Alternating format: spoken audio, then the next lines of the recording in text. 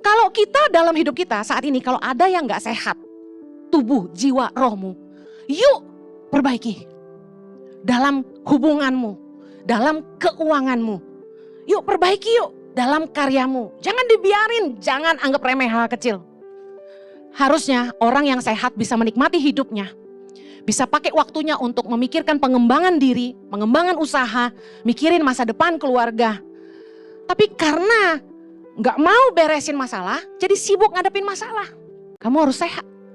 Yang ketiga, jiwamu harus sehat. Untuk jiwa yang sehat, keuanganmu harus sehat, hubunganmu harus sehat, karyamu harus sehat. Kalau Anda tidak pernah evaluasi, Anda tidak akan lakukan perubahan untuk jadi lebih baik. Oke, 1 Tesalonika 5 ayat 23. Kita baca sama-sama. Semoga Allah damai sejahtera menguduskan kamu seluruhnya. Dan semoga roh, jiwa, dan tubuhmu terpelihara sempurna dengan tak bercacat pada kedatangan Yesus Kristus Tuhan kita. Katakan amin. 3 Yohanes 1 ayat yang kedua. Saudaraku yang kekasih, aku berdoa semoga engkau baik dan sehat saja dalam segala sesuatu sama seperti jiwamu baik-baik saja. Banyak orang tuh pura-pura kelihatan baik. Apalagi pendeta. Ditanya, Bu ini gimana kabarnya? Luar biasa, baik-baik, Tuhan baik. Padahal kadang-kadang gak baik. Oke. Kualitas hidup kita ditentukan dari kesehatan dalam 3 area. Yang pertama, tubuh. Katakan tubuh. Tubuh yang sehat. Hidup yang kudus bagi Allah. Kalau kita gak sehat, sia-sia semua yang kita punya. Amin. Saya kasihan sama orang yang kaya tapi gak boleh makan apa-apa. Anda yang terus makan. Meskipun badannya makin besar kayak saya. I'm telling you, we are not okay. Yang kekurusan juga gak oke. Gizi buruk kamu. Kalau saya obesitas, kualitas yang hidup kekurusan kita itu akan jauh lebih baik kalau kita gak mau bertumbuh dan berubah. Keluarnya orang yang membiarkan masalah gak sehat akan sibuk menghadapi tubuh masalah. Yang sehat, kunci hidup berkualitas. Kalau ada masalah kecil, jangan dibiarkan. Duit boleh miliaran, mungkin triliunan. Makan kambing kan banyak orang ya, makan babi nggak boleh, meremehkan perkara-perkara kecil. Cuma dan nikmatin hidup. Saya kasih tahu. Lagi, naik orang yang nggak bener dalam masalah kecil, nggak bener juga dalam masalah besar. Buat apa punya duit buat beli tiket? Apa tuh first class?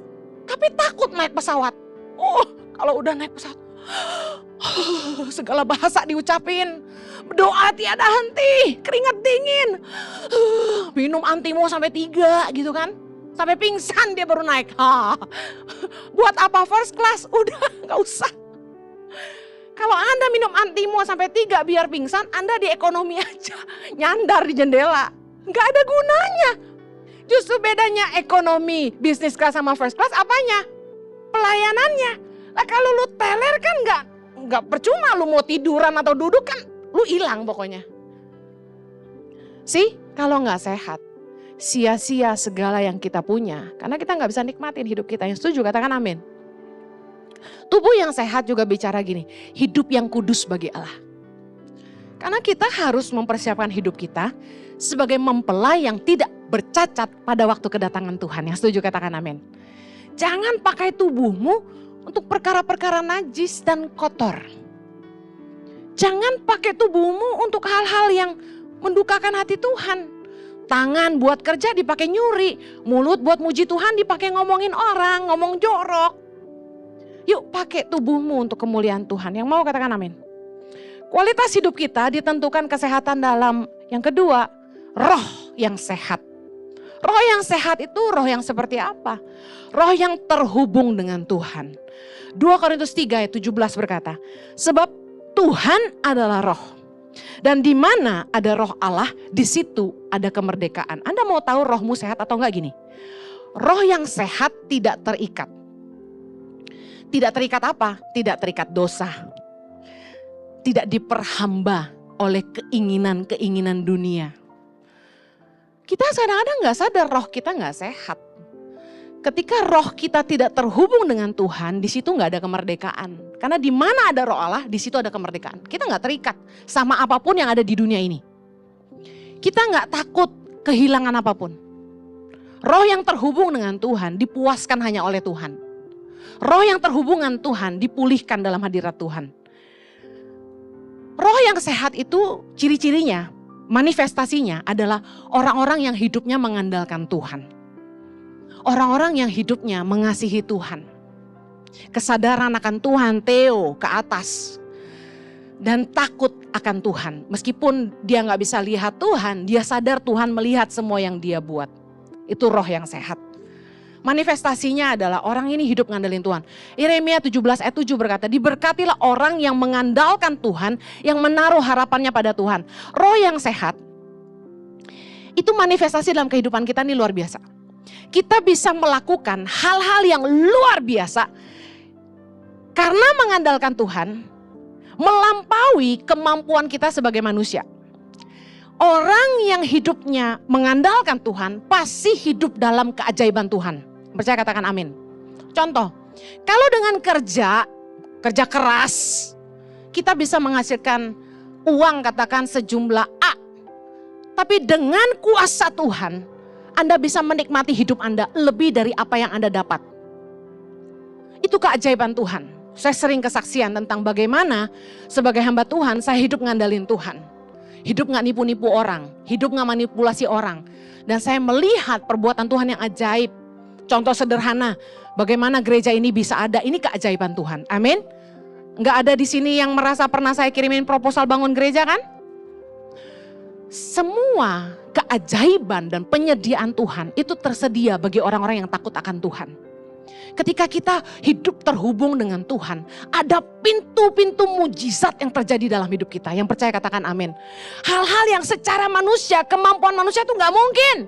Tapi kita selalu melihat penyediaan, mujizat, penyertaan Tuhan luar biasa dalam hidup kita. Apakah hari ini hidupmu terhubung dengan Tuhan? Karena kalau enggak, rohmu enggak sehat.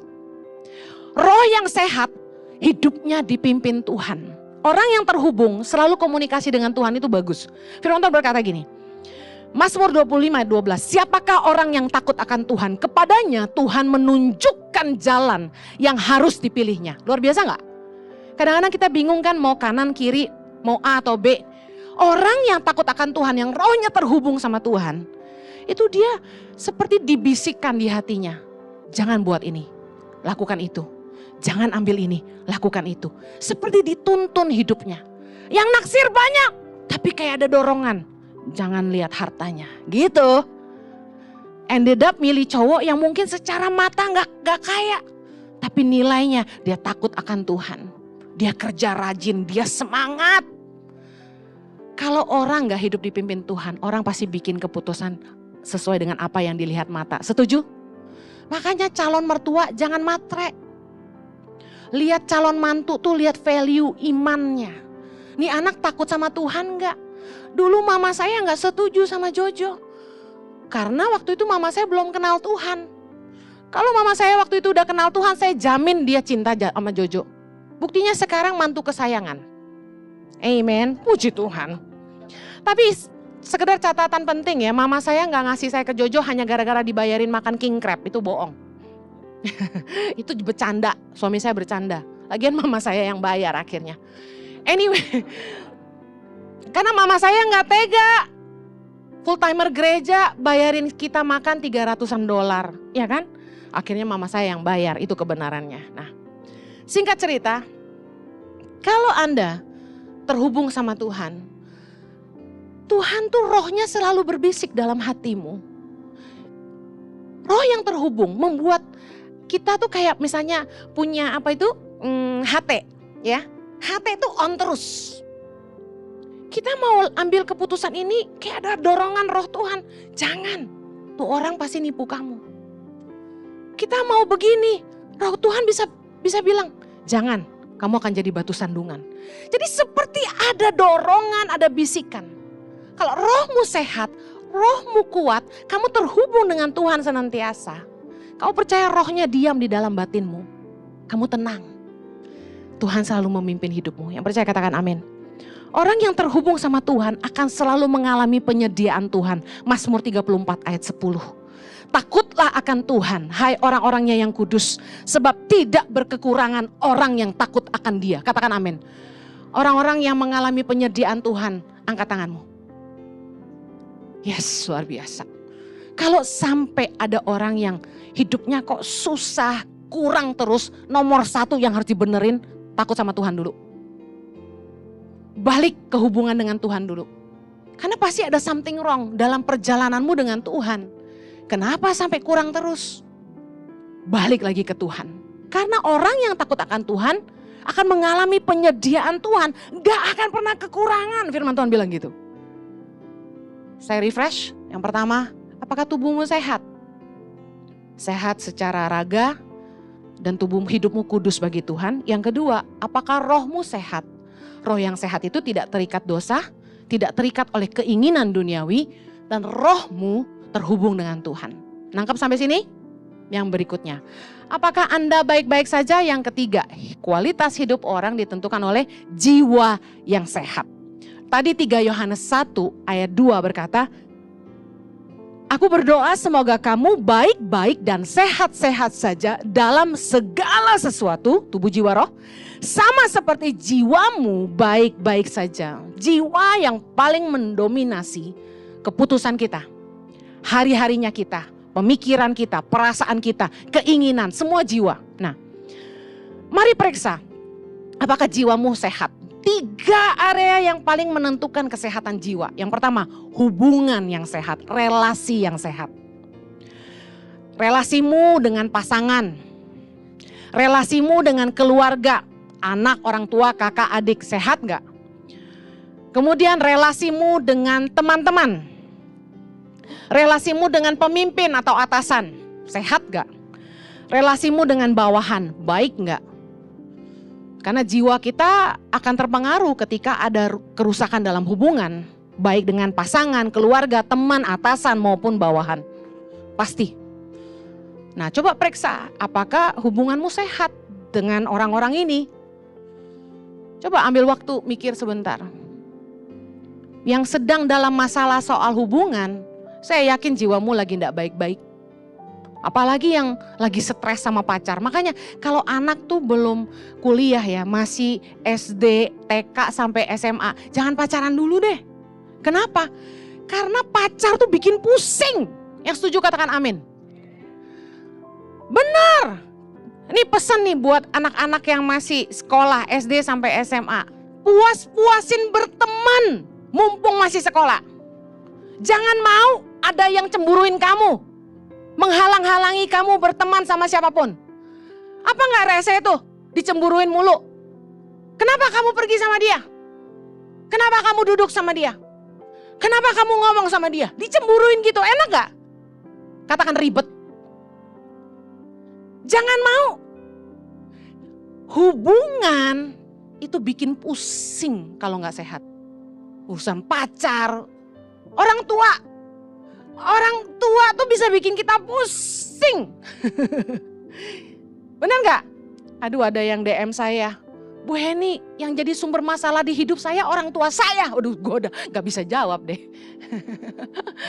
Karena kan firman Tuhan katakan hormati ayah ibumu. Pingsan kan kalau orang tuanya jadi masalah?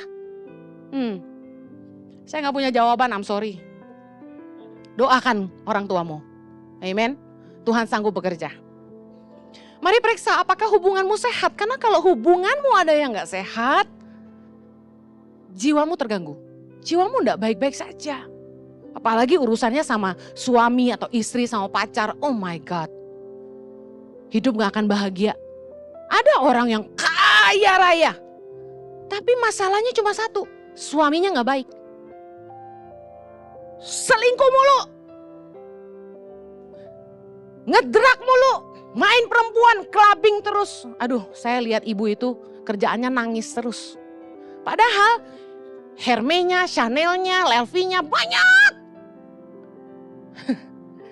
Kalau kita mau mesti kerja cari duit, dia mah gak usah. Tinggal bling jadi. Ya, tinggal melek aja semua ada. Tapi gak bahagia. Sih, Bagaimana hidupmu berkualitas kalau hubunganmu tidak sehat? Nah makanya periksa, apakah hubunganmu sehat hari ini? Kalau nggak sehat gimana Bu Heni? Harus berubah, harus bertobat. Kalau pasangan yang nggak mau bertobat, kekristenan nggak mengizinkan perceraian. Kalau kamu sampai digebukin setengah mati, cuma satu opsi, perpisahan sementara, kata firman Tuhan. Doakan pasangan. Bu Heni nggak gampang, I know, too hard. Keluarga punya masalah nggak? Aduh, nih saya kasih tahu, yang menyelesaikan masalah hubungan itu cuma satu, kasih. Punya adik yang nggak tahu diri, punya ipar yang nyebelin, cuma satu penyelesaiannya, kasih. Tabur kasih terus. Firman Tuhan berkata, kasihilah musuhmu, berkatilah orang yang mengutuk kamu, berdoalah bagi mereka yang menganiaya kamu. So, mereka menganiaya kamu, mereka mengutuk kamu, mereka menyakiti kamu, what do you do? Love them. Bless them, pray for them. 3 itu doang. Mengasihi, mengampuni, mendoakan, dan memberkati. Itu senjata kita dalam hubungan. Gak ada lain. Bikin orang yang jahat sama kita sampai mati gaya. Mati gaya tuh gini, gue mau jahatin apa lagi ya? Karena kita balasnya kebaikan terus. Pengalaman pribadi. Kami konflik sama keluarga. Kami cuma nabur kasih. Cuma kasih yang bisa memulihkan. Amen. Orang gak mau baik sama kita, udah kita baikin tapi gak mau baik. Udah biarin aja lah. Gak usah dipikirin. Yang ada kita malah stres. Hidup jadi gak happy. Yang penting kita udah nabur kebaikan. Orang gak mau ngampunin kita, itu urusan dia sama Tuhan. Amin. Yang penting kita harus baik sama orang. Harus ngampuni, harus mengasihi, harus memberkati. Yang mau katakan amin. Jangan pernah balas jahat dengan jahat. Teman lebih gampang. Konflik sama teman, bereskan. Sekali lagi pakai firman Tuhan, kasihi, ampuni, berkati, doakan. Tapi teman kan gak perlu kita hadapi tiap hari, karena teman lebih gampang lah. Putus hubungan gak masalah, yang penting kita damai, gak membenci, gak berhubungan lagi. Bu ini gimana? Gak masalah. Firman Tuhan banyak yang mengajarkan kita harus memilih kita duduk makan sama siapa. Artinya kita berhak memilih siapa yang jadi teman kita. Yang paling berat tuh keluarga. Yang lebih berat lagi pasangan. Masa mau dibuang? Kalau masalahnya sama atasan gimana Bu Heni, sama pemimpin? Cek. Kamu bermasalah sama atasanmu itu karena kesalahan sendiri atau memang atasanmu bermasalah? Kalau kamu yang salah, ya kamu harus introspeksi diri, berubah jadi lebih baik. Karena nggak mungkin atasan yang menggaji kita kalau lihat kita salah nggak marah gitu. Yang benar malah dia harus tegur gitu kan. Tapi seringkali kan bawahan nggak senang ditegur, ngambek. Harusnya reaksi yang benar adalah bertobat dan jadi lebih baik. Tapi kalau kita udah baik Bu Heni, kita selalu mencapai target, kita udah lakukan yang terbaik. Ini banyak nih pertanyaan ini. Tapi atasan kita nggak baik sama kita. Mungkin Tuhan pakai atasanmu untuk menarik kapasitasmu. Kamu melakukan hal-hal yang jauh lebih baik berkat dia. Sometime Tuhan izinkan itu terjadi. Amen. Tuhan pakai atasan kita yang banyak nuntut membuat integritas kita, kapasitas kita ditarik sama Tuhan. Kita jadi kerja keras, kita jadi punya pemicu. Beda sama atasan yang nggak kasih direction gitu. Itu malah payah banget kan. Atau Anda sudah lakukan semuanya tapi atasanmu masih nggak baik. Ya udah cari kerja tempat lain. Selesai. Itu masih nggak seribet keluarga menurut saya. Yang terakhir bawahan. Kalau urusan sama bawahan jauh lebih gampang. Panggil, tegur. Bisa terima bagus, nggak bisa terima SP1. SP1 nggak bisa terima, SP2, SP3. Nggak memenuhi target, attitude problem, out. Urusan sama bawahan jauh lebih gampang. Saya sengaja line out ini dari yang tersulit. Karena kalau hubungan kita nggak sehat dengan 5 barisan ini, hidup kita nggak akan happy. Setuju? Mari lihat yang berikutnya. Jiwa kita sehat kalau hubungan kita sehat. Yang kedua, jiwa kita akan sehat kalau keuangan kita sehat. Money talks. Duit buat orang paling penting. Yang mau jujur bilang amin. Kok malu? Tuhan juga tahu. 3P area keuangan yang harus sehat. Yang pertama penerimaan, yang kedua pengelolaan, yang ketiga pengeluaran. Apakah 3 area keuanganmu sehat? Ada duit masuk, punya penghasilan bulanan, pasti? Jangan yang gak pasti. Oh Bu Heni, saya orang kreatif. Orang kreatif itu gak boleh makan gaji bulanan. Saya harus berkarya. Ya namanya seniman Bu Heni, kadang ada kadang enggak. Anak butuh berong sekolah. Dapur mesti ngebul. Sakit butuh biaya, gak bisa gak punya keuangan yang pasti.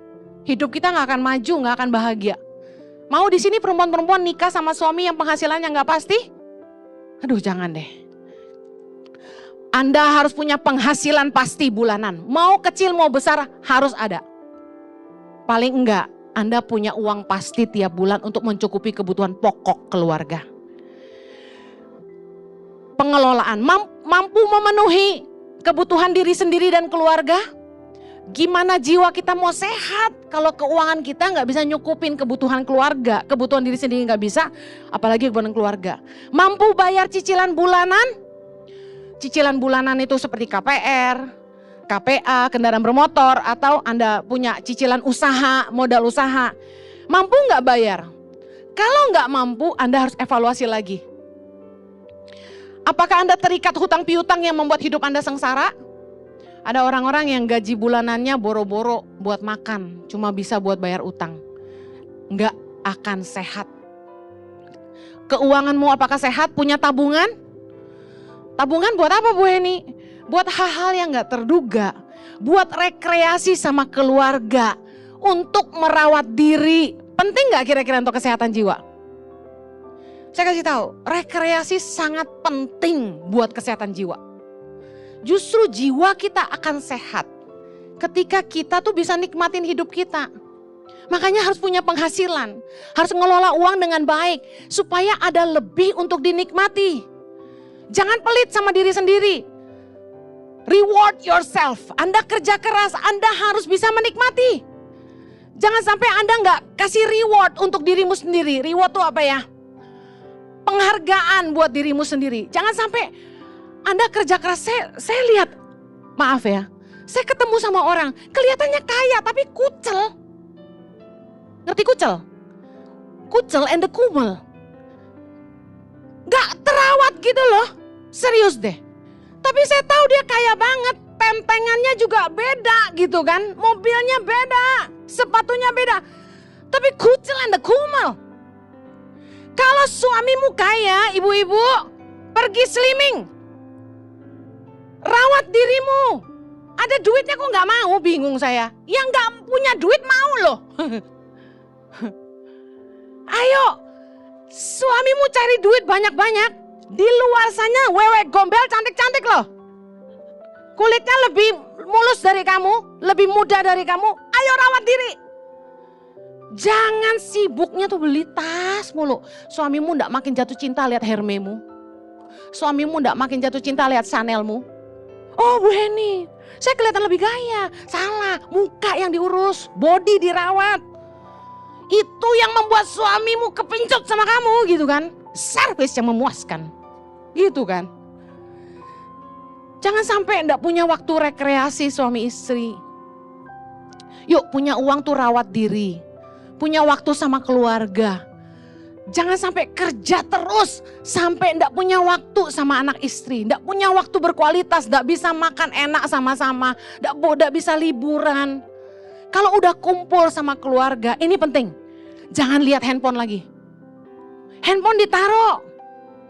Kerja ada waktunya, kumpul keluarga ada waktunya. Anda mau hidupmu sehat, Anda harus ngerti prioritas.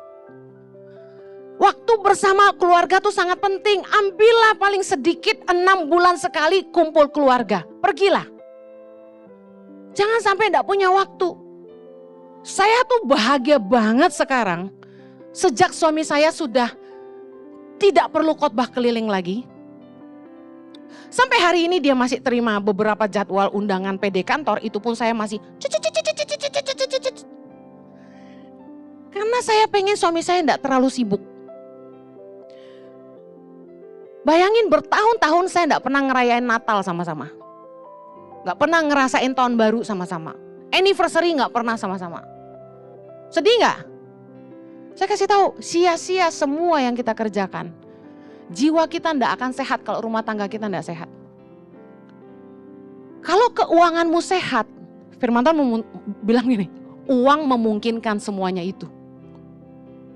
Anda harus kerja, kelola uang dengan baik, supaya Anda bisa berhenti dari bekerja dan ambil cuti untuk rekreasi.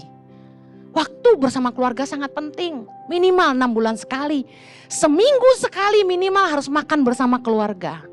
Sehari sekali harus makan keluarga sama-sama, minimal. Doa sama-sama tiap hari. Itu penting. Yuk, jangan gak punya tabungan. Kalau keuanganmu sehat, tandanya kamu masih punya uang lebih. Untuk kamu menikmati hidup, merawat diri. Yuk yang mampu-mampu urus dirimu. Luluran, gosok tuh daki. Jangan sampai suamimu lihat kamu males gitu loh. Tahu gak pewahyuan yang Tuhan kasih ke saya waktu saya mulai menginjak umur 40. Saya kan orangnya hemat. Boro-boro beli branded kan. Pertama kali saya usia 40.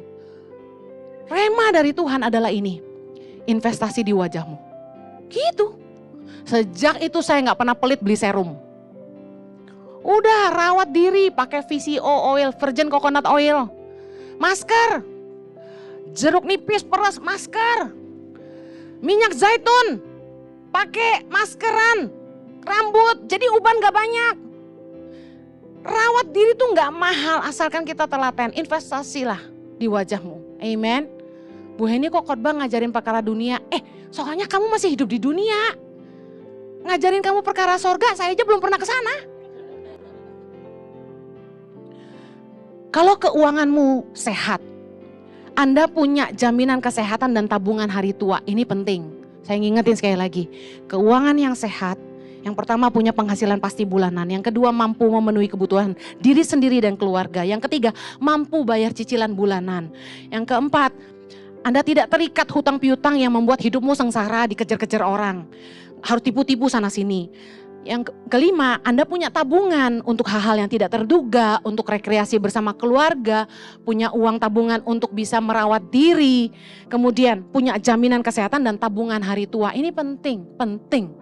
Tabungan hari tua bukan anak-anak kita. Kita harus nabung buat hari tua kita. Jangan semua buat anak, besok-besok dia gak ngurus kita, ngapain? Anda harus punya tabungan hari tua. Jangan ngandalin siapa-siapa. Amen. Mumpung masih sehat, nabung. Ayo katakan kanan kiri. Mumpung masih sehat, nabung, kerja kamu. Amen. Mama saya loh umur 67 masih kerja. Kamu umur berapa hari ini? Umur 45 kok mau pensiun, malu-maluin aja. Jangan lupa. Yang terakhir, mari periksa. Apakah pekerjaan atau usahamu sehat? Pertanyaan saya, coba jawab. Ini self check up. Are you happy with your job? Apakah Anda menikmati pekerjaan Anda? Jawab sendiri. Yang kedua, apakah lingkungan pekerjaanmu baik? Karena ada orang yang lingkungan pekerjaannya nggak baik, menjerumuskan hidup dalam dosa. Yang berikutnya, apakah usaha Anda berjalan dengan baik? Karena kalau usaha nggak jalan dengan baik, nggak mungkin sehat jiwanya, stres. Apakah usaha dan karir Anda masih bisa terus berkembang? Kalau udah stagnan pasti stres. Gak tahu lagi Bu Eni mau bikin apa. Makanya di ICI kita bikin program namanya level up. Dimana kita itu berani keluar uang untuk undang narasumber-narasumber, para trainer-trainer. Untuk melatih jemaat di bidang marketplace. Digital marketing, startup, mengelola keuangan dengan baik. Investasi gereja ICI buat hidup jemaat itu tujuannya ini. Supaya hidupmu sehat.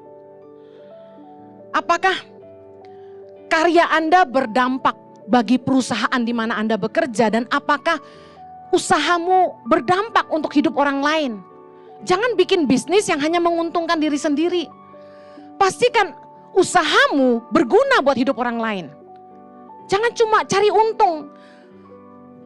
Miliki tujuan yang lebih besar dari sekedar upah.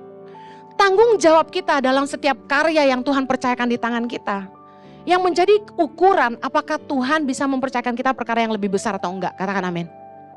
Matius 25 ayat 23, Yesus berkata begini, maka kata tuannya itu kepadanya, baik sekali perbuatanmu itu hai hambaku yang baik dan setia. Engkau telah setia memikul tanggung jawab dalam perkara yang kecil. Aku akan memberikan kepadamu tanggung jawab dalam perkara yang besar. Masuklah dan turutlah dalam kebahagiaan Tuhanmu. Sekarang kita hidup di dunia. Ada karya-karya yang Tuhan titipkan di tangan kita. Apakah Anda setia dengan karya yang Tuhan izinkan dalam hidupmu? Jangan orientasinya selalu kepada keuntungan pribadi. Jangan orientasinya selalu untuk kekayaan pribadi. Pikirkan bagaimana karyamu, usahamu itu bisa memberi kebaikan buat hidup orang lain. Bisa menolong hidup orang, bisa berdampak buat hidup orang lain. Berkaryalah untuk hal yang lebih besar. Yang tujuannya lebih dari sekedar kaya dan dapat upah. Karena pada akhirnya kita semua harus mempertanggungjawabkan hidup kita kepada Bapa di surga. Yang setuju katakan amin. Anda yang sudah merasa Anda cukup kaya, saya kasih tahu. Mari mulai berhenti memikirkan diri sendiri dan mulai tengok apa yang kamu bisa buat untuk orang lain. Di sekeliling kita nih banyak hal yang kita bisa lakukan gitu loh. Kalau orientasi kita hanya melulu kepada diri sendiri, enggak heran. Keserakahanmu menjadi masalahmu. Temukan, ada enggak problem di hidupmu? Ada enggak masalah di hidupmu dalam area tubuh, jiwa, roh, hubungan, keuangan, pekerjaan. Karena kalau ada, Anda harus bertobat, perbaiki, dan mulai berubah. Kualitas hidup kita tidak akan jauh lebih baik kalau kita nggak mau bertumbuh dan berubah. Orang yang membiarkan masalah akan sibuk menghadapi masalah. Saya belajar gini, kalau ada masalah kecil, jangan dibiarkan, selesaikan. Kan banyak orang yang meremehkan perkara-perkara kecil, cuma urusan begitu. Saya kasih tahu, orang yang gak benar dalam masalah kecil, gak benar juga dalam masalah besar. Ukuran kepercayaan adalah ketika kita tuh ngurusin perkara-perkara kecil dengan setia. Firman Tuhan dalam Lukas 16 ayat 10, Yesus berkata gini, barang siapa setia dalam perkara-perkara kecil, ia setia juga dalam perkara-perkara besar. Biasanya hanya kita baca itu. Selanjutnya, dan barang siapa tidak benar dalam perkara-perkara kecil, ia tidak benar juga dalam perkara-perkara besar. Artinya apa? Kalau ada problem dalam perkara kecil, ya harus diberesin.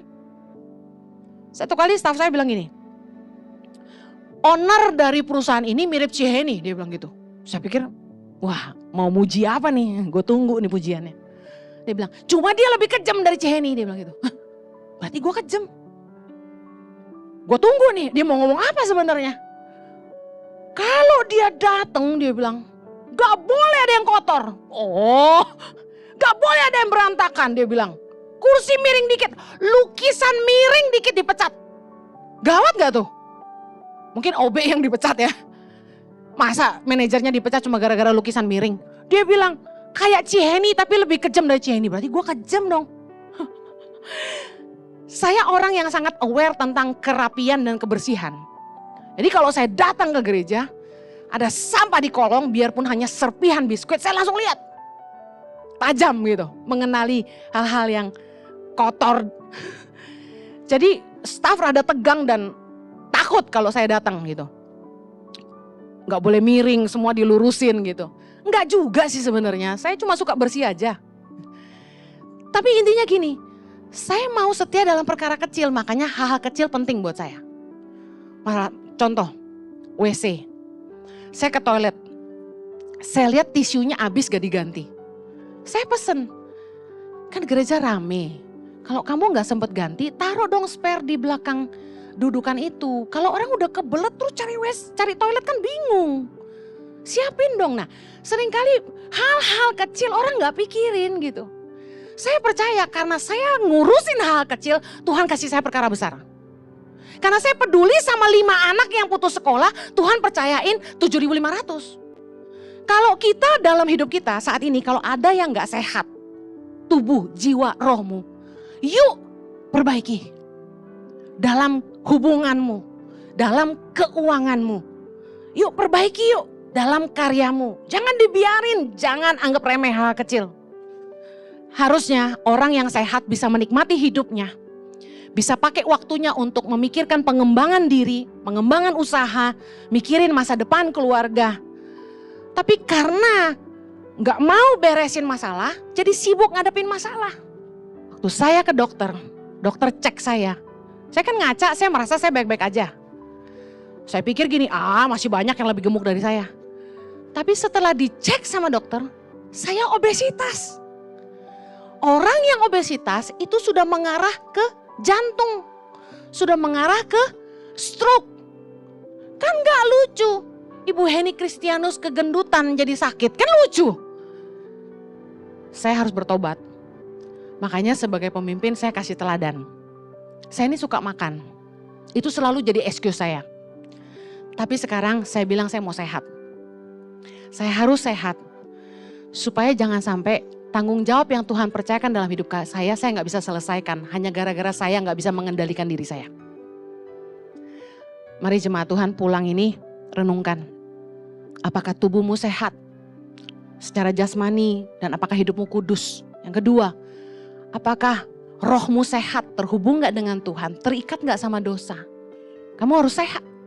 Yang ketiga, jiwamu harus sehat. Untuk jiwa yang sehat, keuanganmu harus sehat, hubunganmu harus sehat, karyamu harus sehat. Kalau Anda tidak pernah evaluasi, Anda tidak akan lakukan perubahan untuk jadi lebih baik. Yang mau katakan amin.